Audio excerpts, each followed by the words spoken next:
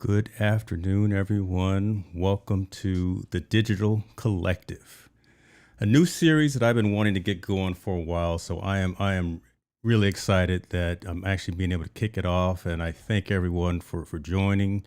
Appreciate you for all of that.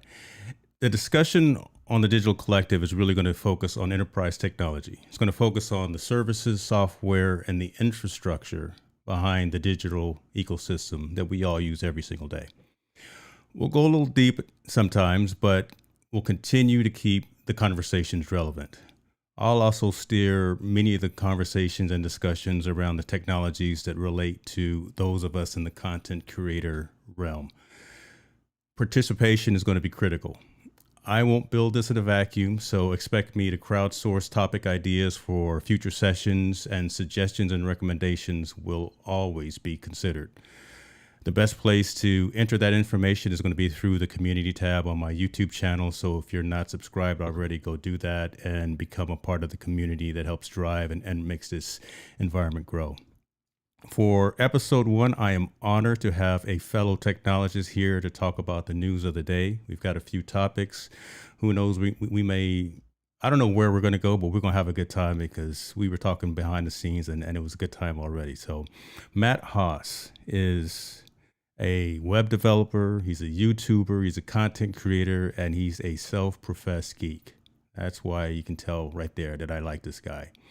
He's always sharing information with his community through his various social channels and social platforms. So I know today is going to be a treat for each of you and for me. Without further ado, ladies and gentlemen, Matt Haas.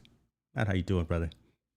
I'm great, James. How are you? I'm good. You know, pushing buttons here, getting it going. Got the new stream going, and kicked it Yeah. off with you, sir. So first of all, thank you very much for your attention. Well, I'm glad I'm the first co-host on the first show, and I'm thrilled. I won't let you down. No worries, no worries. Let me give some recognition to folks that are jumping into the comments that are showing some love. So appreciate you. Eric Burks is in the building. Thank you, sir. Oh, see, there Matt goes with the overlays and the fancy additions. He's a pro at this stuff.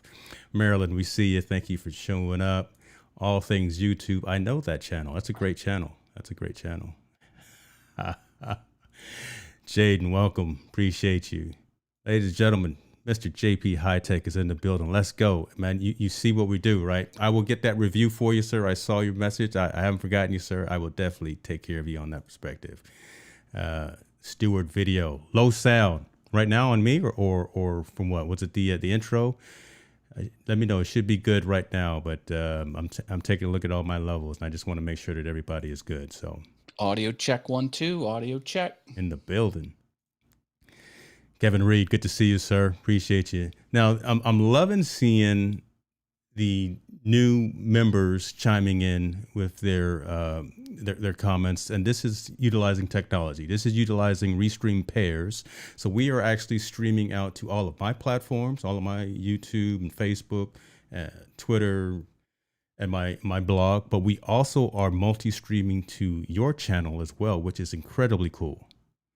Which and the fact that I'm able to pull in all of those comments and pull in all that engagement and interaction at the same time really makes for a very dynamic session. So this is really good, really good. Yeah, Restream's pretty sweet service. So. Pretty good stuff. Mr. Steve Worthy is in the building. There he is. Are you? What is it? Retail Worthy Retail You. There you. That's the man right there. That's the man right there. Audio, awesome. So Matt, let's get into it, man. First of all, tell the folks know me. And I'm boring. No one wants to see me on screen all the time. I'm always having rants and talking on camera. But let's give the people who don't know you from my community just kind of that elevator pitch of who Matt Haas is, if you don't mind. Oh, you got it. You got it. Started out graphic design. I was hired to do textbook illustrations for the publishing industry. Then I did such a good job, they promoted me to supervisor and they promoted me to manager. Next thing I know, I'm doing boring stuff like tracking vacations and accounts receivable. So I databased it all. And that led to web development. So I'm a self-taught web developer.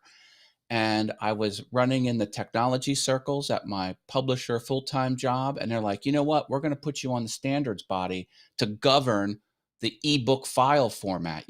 It's what Kindles are underneath the hood and any electronic books. So Google was a partner.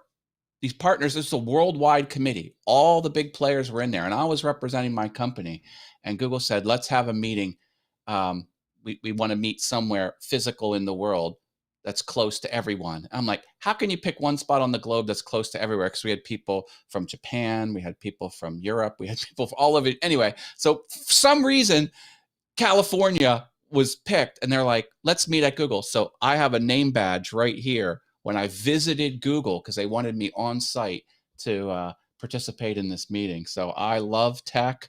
I got the peek behind the curtain, so to speak. And, Google owns YouTube. That was a lot of fun getting to see what that was all about. But I follow the tech news for fun and anything Microsoft, Apple, Amazon, Google, even Netflix, any type of technology, I'm all over it just because I like it. I like to understand what these companies are doing, why they're doing the goals they're trying to do when they roll out new products and Yeah. new services. I just love it. I'm a I love content creator. I have a whole handful of channels from the channels are kind of rolling on my slide over here, from piano to teaching people how to be awesome on YouTube, woodworking, anything I'm passionate about. I'm just all over. And this, as you said, is multi-streaming to my awesome fun things, which is like a vlog miscellaneous channel, which is doing really good. I guess that's the elevator pitch. I'm passionate about tech, and I love love it. how it can solve problems. Yeah.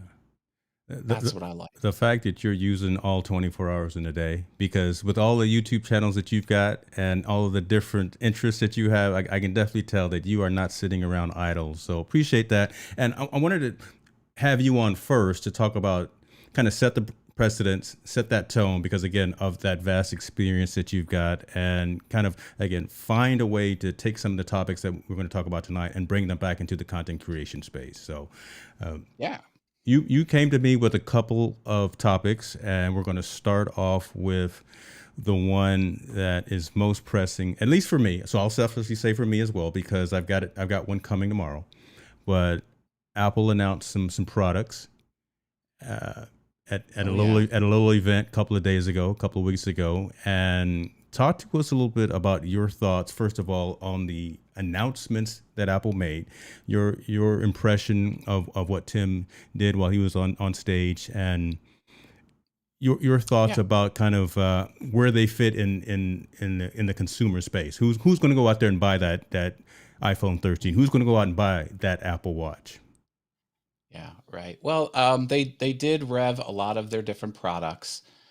Some say this was the least exciting Apple announcement in years, and I mean it had some good moments, but there weren't a lot of monumental differences like there have been in the past. Yeah. I mean, the phone's a little bit better. The iPad Mini got its refresh, and now that's all modern with the chipset.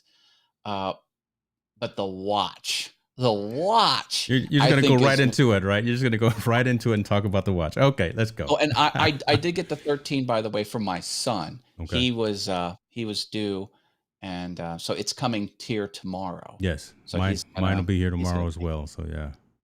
take that and run with it. And I bought a mini for myself Okay.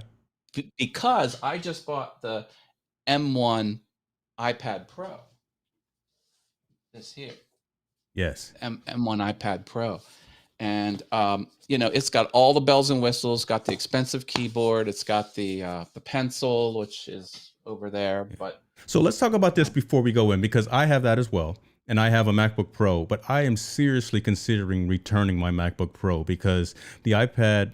Your iPad Pro? I mean, my MacBook Pro, because my iPad has become more than just a consumption device. I'm literally using that with the keyboard, with the Pencil 2 to do more of my day-to-day computing. And the MacBook Pro is just sitting there collecting dust. And I can get $1,500 or so from Apple if I turn that thing in tomorrow. I'm envious because you have achieved what I wanted to achieve with the iPad Pro, but failed. Like I couldn't make the iPad Pro into a creation device, and it was one stupid little thing. Isn't that always the case? There's just one little thing What's that? that isn't the way you want it. So I'm going to abandon that. And this is going to go to my son, and I'm going to have the mini, and I'm just going to keep mine just Okay. a consumption device instead of creation. But my issue was I wanted to do text documents in rich text file format. And I wanted to, manage a whole, like I do a lot of consulting and I send out rich text file format, blah, blah, blah. Yeah. But when I was using notes, it would save the note as the notes file, and then you would save as to a rich text, and then I would have two documents instead of one. Like it would never abandon the notes to just be that. So there was this weird double file workflow Right. that was just complicating things. And yes, it was a minor annoyance, but I was like, you know what? Just forget it. Just forget it.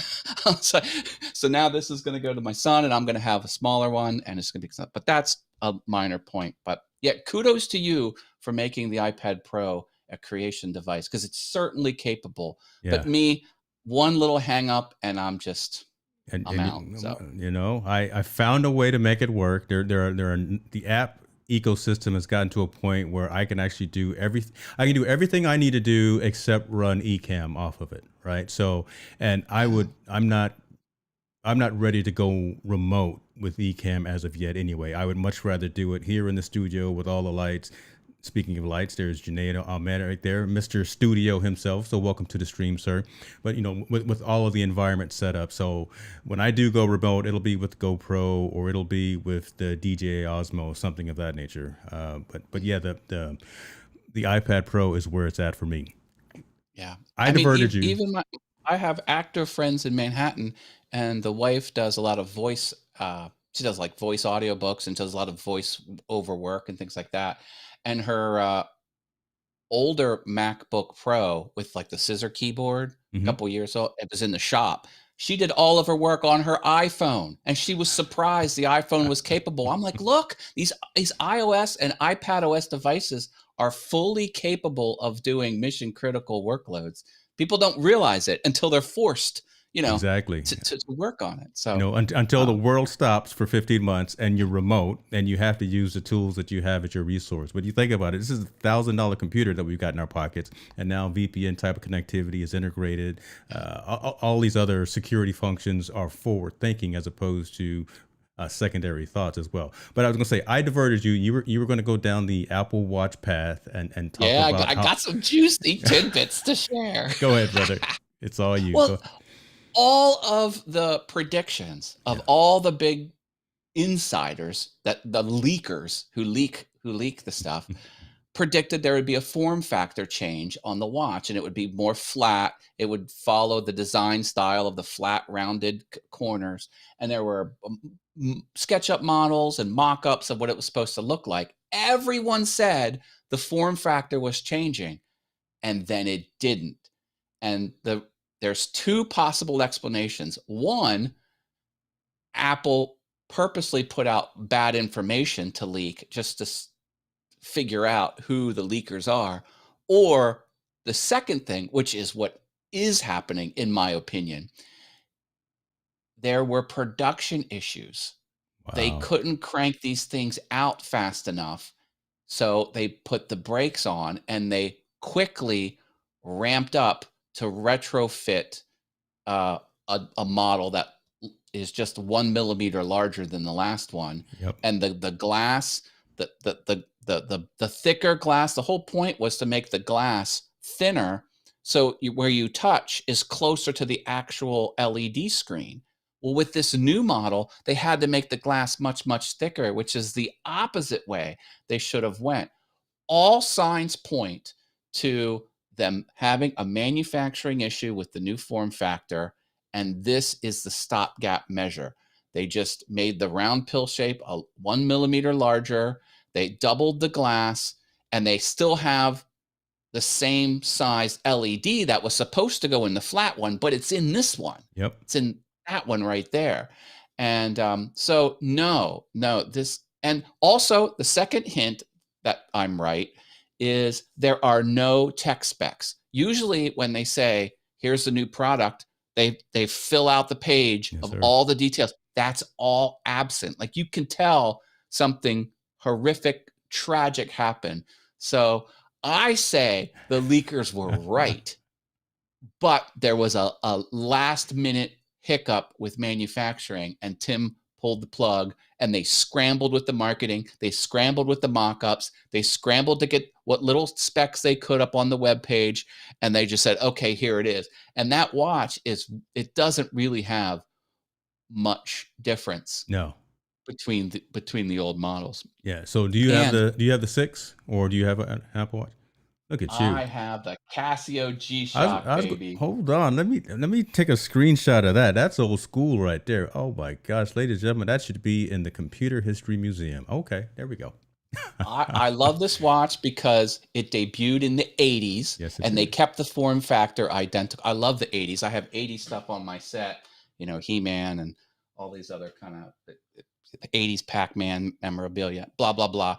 But this particular model, you can only buy in Japan because this is the white plastic with the white face. It's not white letters on a black background. It's black. Anyway, so I had them put this on a boat in Japan and ship it over to America. So Oh my you probably gosh. won't see this exact combination. I love it. This thing, it charges by the sun. You never have to replace the battery, and it syncs to the atomic clock. It's going to be dead on accurate for 10 million years. It's going to lose a second in 10 million years.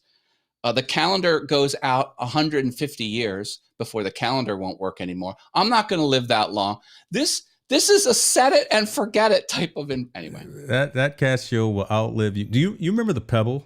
Remember the watch? Oh yeah, my brother was on the Kickstarter. He got the Pebble from the Kickstarter campaign. Okay, yeah. Okay. That reminds me of the old school Pebble because it would keep its battery, keep its charge forever, and That was the e-ink, right? The e-ink technology. Yes. Yeah. Which they put in the ebook readers, and my background is publishing, and I worked on the EPUB file format. I'm just going to say, isn't that crazy? It's kind of cool that my contributions are now in the file format of digital books. So when you're reading a digital book, I contributed to the file format of the book that you're reading. It's crazy. You, sir, are a trailblazer. Folks need to go out and Google Matt Haas, and hopefully they'll have better results than if they Google me, because the first result is definitely not me, and I need to change that. So I will. I'm trying to keep a low profile. See, I think this is the mistake going on a show with James Hicks, is now people are going to start recognizing me, and I'm not going to be able to go shopping without being interrupted. No, you're gonna get a little fandom going. I'm gonna cut this up into micro content, and it's going to be all over the place, and we're going to talk about that in a bit as well, about social media platforms. But yeah, baby. Let's finish about Apple. I am in complete agreement with you. I think that the 7 is a rush to get something else to fill time. Tim Cook was not happy, obviously, but Apple's going through a lot of issues right now, from availability, a lot of issues with leaking, right? A lot of people are, and Tim is trying to, and the whole company, I think, is trying to get in front of that because they're having issues with that. We may have seen the 14, right? A couple of prominent leakers have already posted what could be the 14. Look, I worked for Apple for 10 years. So I do not give in to the rumors. I do not entertain the rumors as well. I wait till either Steve or Tim are on stage and saying what it is. But they've been 70, 80, 85% correct for the last few years. We will see. As far as the other announcements that were released, again, like I said, I'm getting my 13 Pro tomorrow. I went with the larger capacity. I went with 512 Pro Max. See, I don't like the bigger one. I don't know. I went with the Pro. It's because now this time they actually decided to put all of the features and functionality in all of the models, right? So the cinematic view and the 120 hertz screen, it's in all of the Pro models. So I don't have to get the big 6.7 anymore. I can just get the 6.1 candy bar size. So that's my little thing on that. Yeah. So I will not be doing anything for my day job tomorrow, as I will be re-imaging my iPhone when it comes in. So folks on the stream here right now, Steve, don't call me. Greg, don't call me. Eric, no, everyone, just leave me alone for about 3 hours as I go through my ritual. Backing up to iCloud. Good deal. That's good stuff. Speaking of security and leaks at Apple, here's a funny soundbite. I heard that the employees were protesting because they had to clock out and then they had to wait through security, which was over an hour. They're like, you're eating up over an hour of our life just to leave the building because the security checks going out were so strict through the metal detectors and searching all your stuff. Mm-hmm. And they were like, you got to pay me. You can't say, you can't sequester me in the building for over an hour. So I think that got worked out at Apple. I know they're watching emails too. Right. So again, while I was there, I was in a management role, and they got anti-espionage things going out. They'll do memos, but they'll change the last word of the last paragraph of the 6 memos that they gave to staff. And then if that leaks in the press, they'll know which staff because of they used UR instead of YOU apostrophe. Yeah. Don't give away all the secrets. Yeah, don't give away all the secrets. That is not what this stream is about. We are not divulging industry secrets about how to get one over on the man. No, I've been around a while. I know how these things work. I love it. How these things work. All right. But tech is fun. I love tech. Good stuff. And Apple's fun to talk about. But they're a rich company. They're taking over, baby. They have enough. They're soon going to be the most wealthiest company in any industry. They're already the most wealthiest in tech, but they're creeping up on some oil companies. Yeah.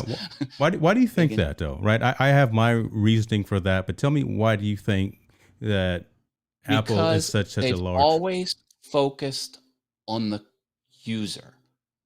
If it's good for the user, that's what they went for, and they were relentless about it. Like not putting Flash on the iPad. Flash was the lowest common denominator type of thing where they wanted to innovate. They wanted to put their features out. That was going to hold them back. They said, no, we're not doing it. Right. And it's the end-to-end stuff. Now with the M1, and they control everything inside that machine. They control the whole stack.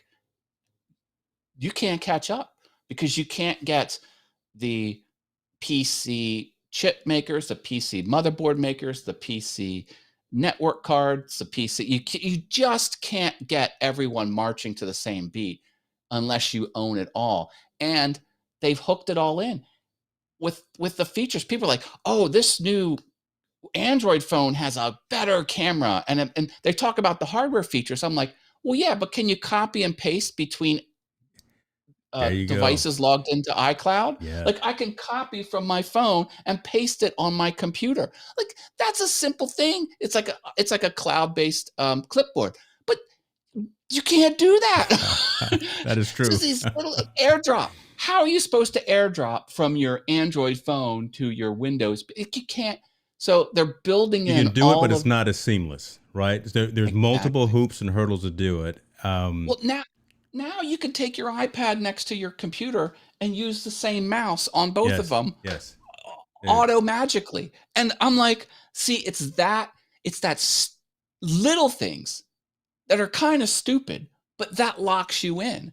So once you're in the ecosystem, you're like, oh, well, I want to take my iPhotos, my photos my photos in Photos, and I want to use them over here in iMovie, and then you want to take it into GarageBand. Like it all just works. When you have Windows, you're like, oh, now I got to get a video editor.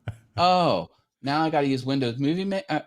Oh, well, what about screen share? Oh, now I got to use Skype.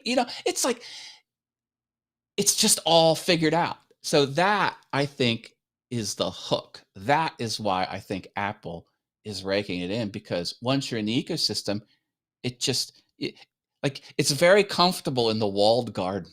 Like Yeah. it's very warm. It's very fuzzy. You go outside the walled garden.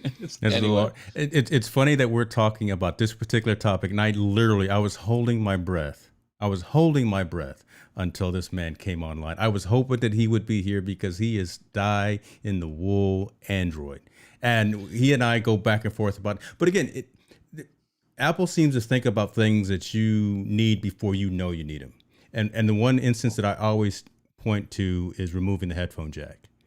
Everybody thought that was, I even thought for a minute that was going to be inconvenient. Everything. They were Right. first with USB. People are like, I need my ADB cable. Right. I mean, yeah, and I know Tall Boy where his head's exploding, but sorry about that, bro. But we got Dr. Elo in the building too. But again, but that's true though, right? We got some winners in the building. You know, I better make sure. Is everything right here, and make sure that all my lighting and my voice is right. Okay, we got Elo. We got okay. Well, that's cool. Yeah, no, Apple's a fun company, and so one of Steve Jobs's comments that I love, and I have to paraphrase because I don't exactly know it, but he was talking about product development, and he says things really change when you realize when you're trying to make something that has never been made before. You say to yourself, "See that guy over there? That guy's no smarter than me." And that's his attitude. And they threw away the what do you call it? Product testers and the development where you pitch stuff and then you get feedback from the audience. Steve's like, no, we're doing it this way. Right. It's always been from the very beginning. True. Right. Anyway, so I love it, man. I love it. Great conversation. So many other topics. What else are we talking about? Great conversation. We got a little dissension in the ranks there. We got the Mr. Elo. I may have to make you a moderator there to take care of these Android folks. So we may talk after this stream. Dr. Elo. What platform is he on? Look, he's on everything, right? He comes in he uses Be Live, he uses Ecamm, he uses StreamYard. He's all over the place. Look, y'all need to Google him too. Dr. Elo has got it going on, folks. Follow him. Stuff is tight. Put your channel in the comments, man, so we can make sure folks follow you. You brought up about something interesting happening in a broader technology perspective and kind of in regards to what the Elon Musks of the world, the Jeff Bezos of the world, kind of the Richard Bransons of the world, their realm of conversation in their world. But Mr. Bezos is not having a good time. And his wife left him. He had to give up half of his multi-billion dollars in the separation there, and now NASA doesn't like him, or NASA is not feeling Blue Origin the same way that they're feeling SpaceX. So Mr. Bezos is going out there and just submitting proposals and lawsuits and saying, look at me.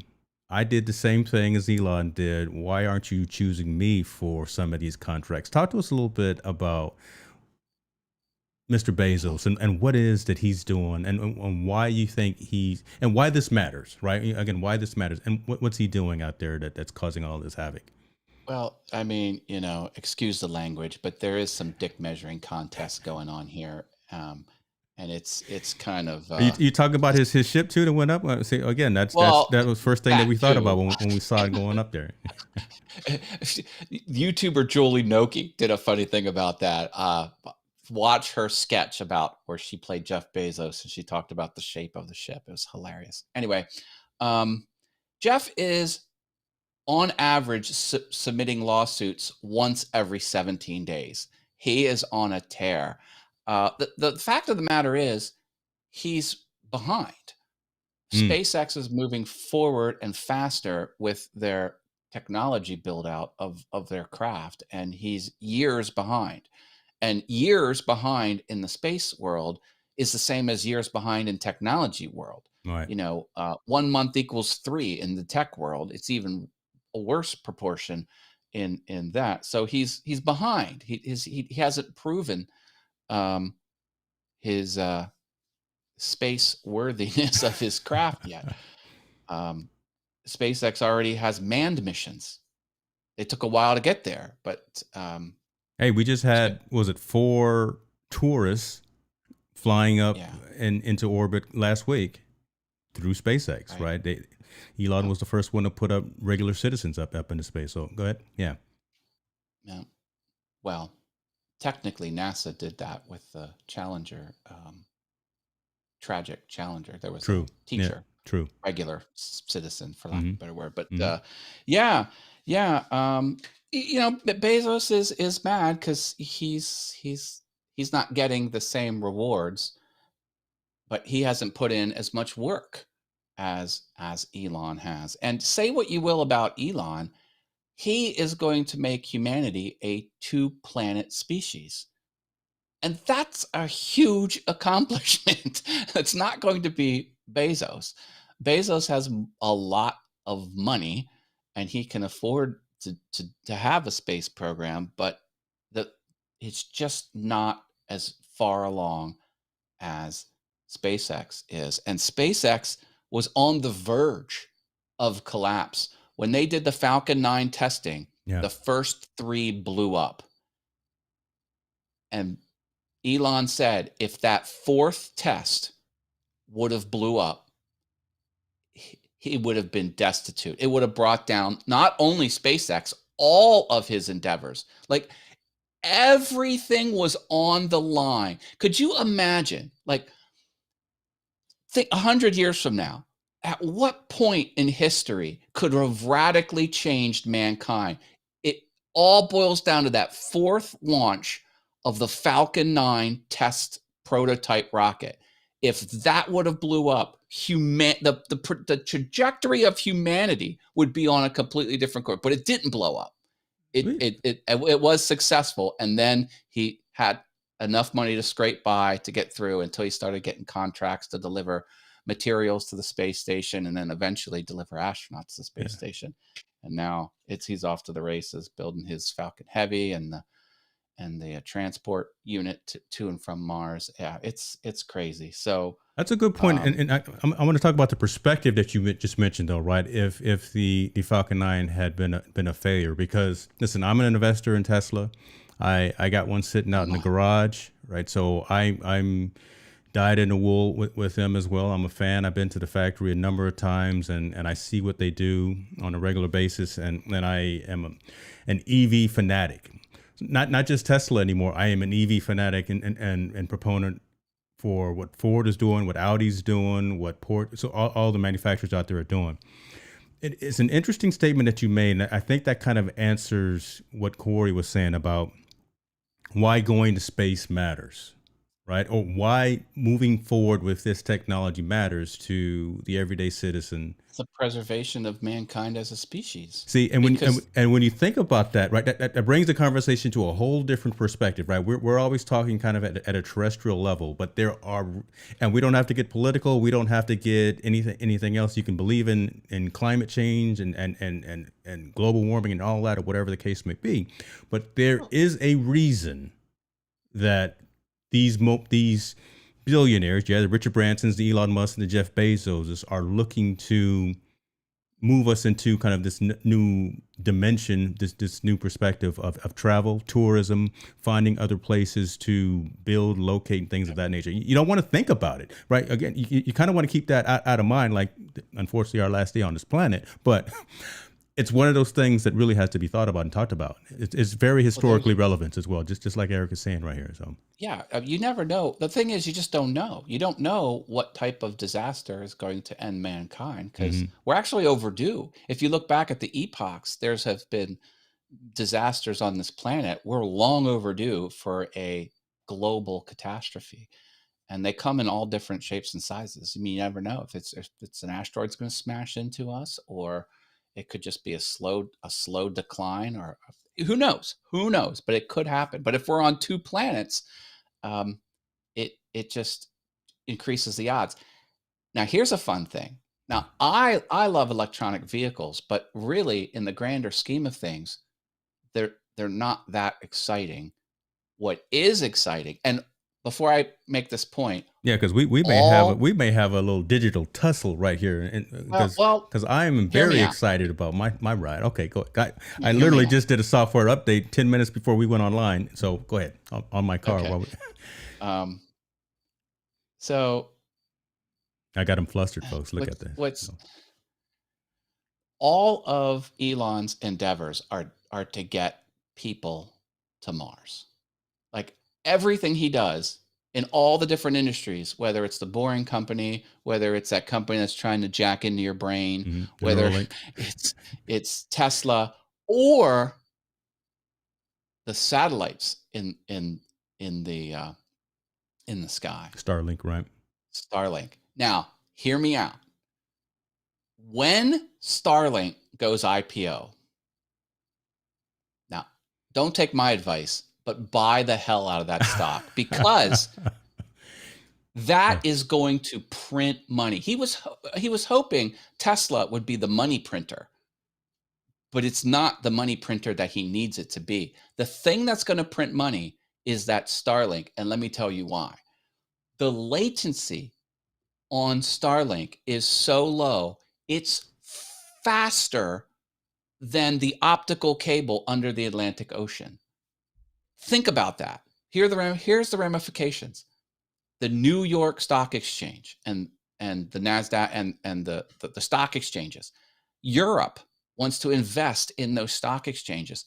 They get the data slower than we do in America because they're farther away. The data has to travel under the optical cables. Now, it goes the speed of light, and light travels 186,000 miles a second. So it is pretty fast, but it's slower than in America. And these trading algorithms, they work on fractions of a second.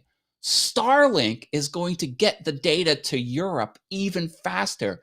So can you imagine what the day traders in Europe are going to pay for an internet connection to America that's faster than anything? And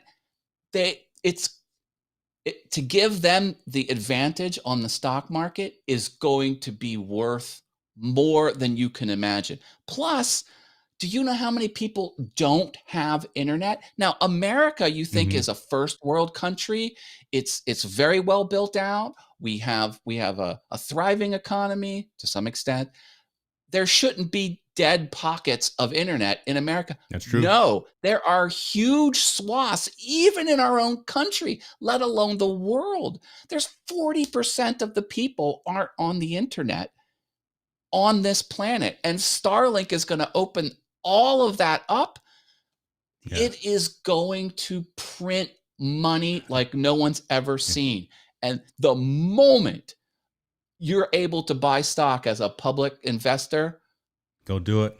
I'll be adding it to the portfolio. Now, see, I had always thought about first before I move on. Appreciate everyone for the comments. I see MDH in the building. I see everyone here.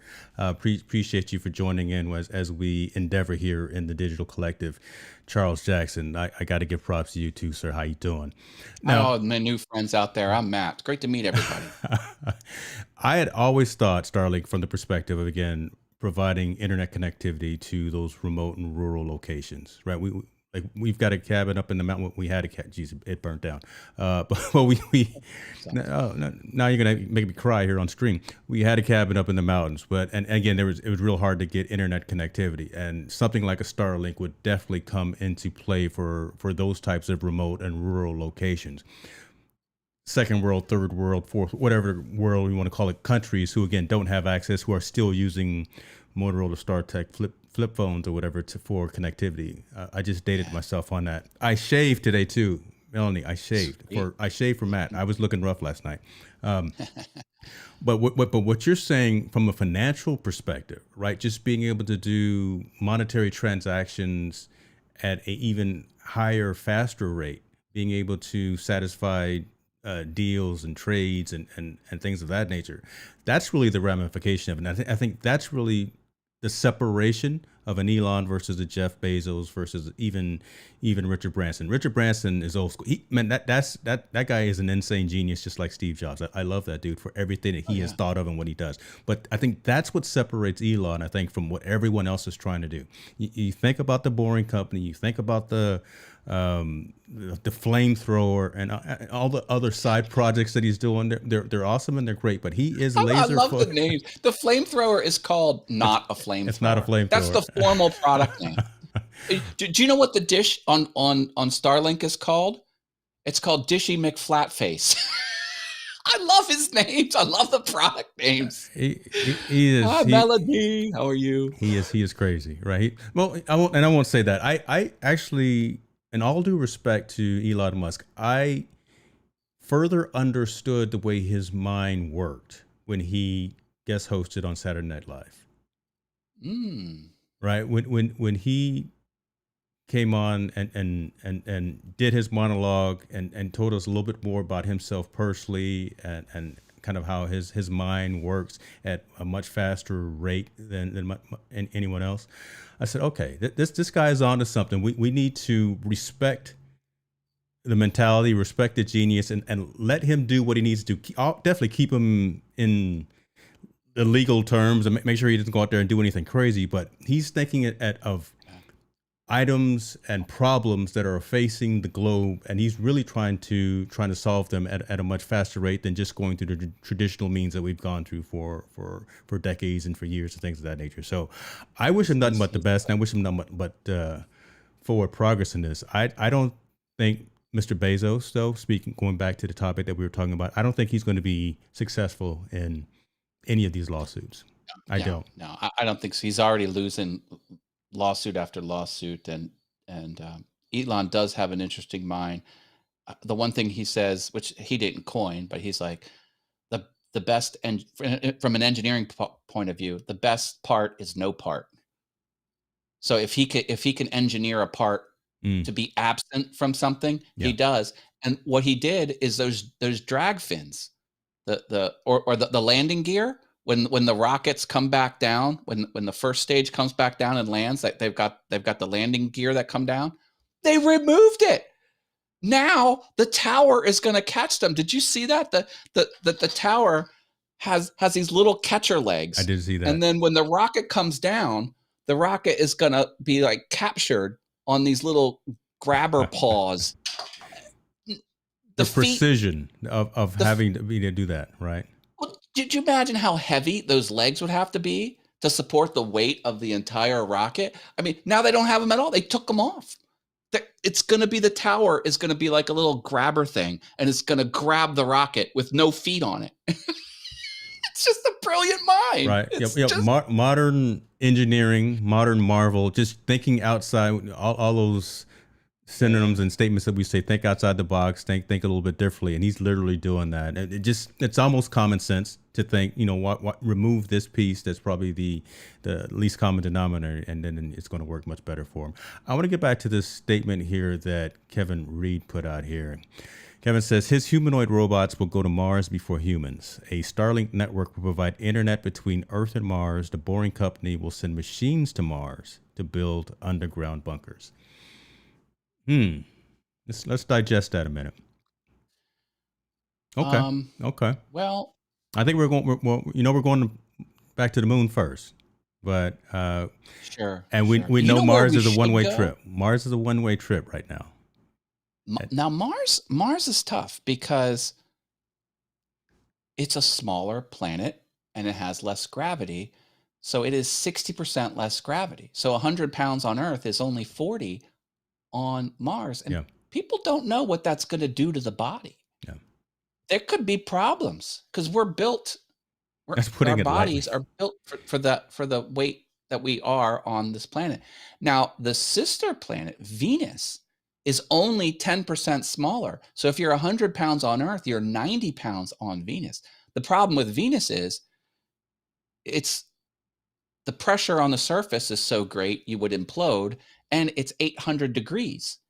It's like a pizza oven on the, so you can't live on Venus. However, if you're in the atmosphere, like way up in the stratosphere, you could survive because the pressure is normalized. You would still weigh 90 pounds if you were 100 on Earth. Yeah. But you would have to put on like a fireman's protective gear because it would still be hot. But if you had oxygen and you had heat retardant clothing and you were in the stratosphere on Venus, you could have a population. What am I getting at here? All the Star Wars fans, Cloud City. Venus could be the Bespin Cloud City of, it could be the second Earth. So humanity's best chance of having a whole other planet full of people is in the clouds of Venus. I think they're on the wrong planet, James. Let me give you Elon's phone number. How do I get a hold of Elon? Elon, you're going the wrong direction. Yeah, and Venus is closer. It's, you get there in half the time. It's like right there. Anyway, I love it. We kind of brought it back to a technology conversation, folks. Look, I told you we were going to go deep into some of these topics, try to make them relevant, and I think we are, because I'm glad to see folks are chiming in with the comments. Dr. Elo, I love yours. You got to go. You got to get off Earth because I saw Doge comment on there. Do you have any Dogecoin? Diamond hands, baby, diamond hands. I'm very, that's a whole topic for another conversation as well, for another day. But man, I am very, I'm not going to say apprehensive, but I'm very, very apprehensive. I'm dabbling. I'm dabbling in my crypto. I'm not in it as deep as some of my friends, some of my colleagues are, but I'm keeping aware of it. I know what I know. I don't have a huge percentage of the portfolio in there, but I got a little bit. It's doing okay. Actually, side note, I will have a friend of, I think he's still in the comments. Greg Narain is a content creator, entrepreneur. He's all of the things. And he has a creator coin that he hosts through Rally. Rally is an organization that has their own coins, and they allow for content creators to create their coins as well. He's going to come on my show in a week or so, and we may do something special for everyone that attends and provide them with some cryptocurrency specifically for participants of that show. So be on the lookout for that. And Greg, if you're still in the comments, if you can put the link to what your AMA content creator coin is all about, that would be amazing, sir. Very nice. Sha la la la la. How many la la las? I'll just say Robert Lee. Welcome to the stream, sir. We appreciate you for being here. I can never get the laws right, but I'm gonna out you and say Robert Lee. How are you, sir? Yeah, he's talking about Jupiter. No, Jupiter has too much radiation. Maybe on one of the moons, maybe. And Uranus is too cold, and that's way far away. Uranus is way out there. I'm staying here. Furthest I'm going is my backyard. Okay, I'm not going anywhere. Let's talk a little bit about technology back on Earth. Okay. Let's talk about technology as it relates to the majority of us that are probably on the stream right now, content creators, and we were talking about tools, best practices, and just some thoughts that we can keep in mind. You're very well versed, sir, in terms of how you take advantage of social media, how you take advantage of digital properties. You've got more YouTube channels than Daryl Eves. Maybe. I could put all my channels in the YouTube chat there. Yeah, put those out there. And the reason I bring that up is, right, give us your thoughts and ideas for some best practices for leveraging all of the different social platforms. Right. Again, I'm going to say you live on YouTube, right? Because, again, that's where you've got a majority of your presence. But Tallboy and I actually talked about this a little bit last night about the popularity of something like a TikTok. Right. But so you got the Snapchats, you got the TikToks, Instagrams, Facebook. You got all these different places where, again, after tonight's stream, I'm going to chop this up and I'm going to send it to certain locations. Give us kind of your idea of some best practices for creating micro content and which platforms you suggested you use. I've got lots of best practices. Here's what works for the majority of people. Now, there's use cases out there. There are TikTokers out there that run on TikTok exclusively or almost exclusively, and they're fine. There's people out there that run almost exclusively on other platforms as well. Instagram, for example, there's huge Instagram influencers. But YouTube itself is uniquely positioned, I think, at the top of the hierarchy because it is built for video and for people looking for answers through video, and it's built to have an audience. People on YouTube, consumers of YouTube, go back to the same creator to get their stuff. When you're on Facebook, Facebook tries to be everything. There are Facebook groups, there are Facebook pages, there's Facebook profiles, there's Facebook Messenger, there's Facebook this. It's too much. Mm-hmm. People don't go to Facebook to get video answers to questions or video entertainment. They go there to surf around and fall into stuff that they and so my strategy is to be central on YouTube and then branch out off of YouTube, because you can't do it all alone on YouTube unless the stars align and you're really good. Point. Yeah. So you need to bring eyes onto YouTube. So to do that, you go into these other platforms, and my best practice is you have to work them. You can't be a light touch. No half measures. You need to go all in. So if you're on Facebook, have a presence on Facebook and bring people to your YouTube channel. If you're all over Instagram, have a presence on Instagram, not every now and then, really hit it hard and engage and bring people onto YouTube. And do that anywhere that you go, is actually join the conversation. And people come to me, Matt, talk to me about Hootsuite. I don't have time. I don't have time to do all this marketing. I need shortcuts. I'm like, put on the brakes. I'm like, there's no shortcut. You have to join the conversation wherever it is that you think you can find a likely audience and bring them onto YouTube, because YouTube is built to handle and grow an audience, and the people who use YouTube are used to that dynamic. So that's my best practice, is don't jump into all of these social networks unless you can actually participate in them. Yeah. And I try and stay away from those tools that blast things out, because it's a lowest common denominator game. What do I mean by that?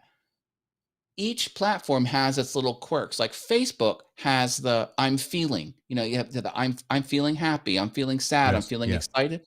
So when you plug a post into Hootsuite and you push it to all these different places, including Facebook, you don't have that I'm feeling in Hootsuite, because Instagram doesn't have that, and this other thing doesn't have that. So the way they dumb it down. So when you're using these things to push things out, your marketing out to many places at once, you're kind of leaving behind some of the little nuggets of features that only exist on those unique platforms. And people can pick up on that subtle.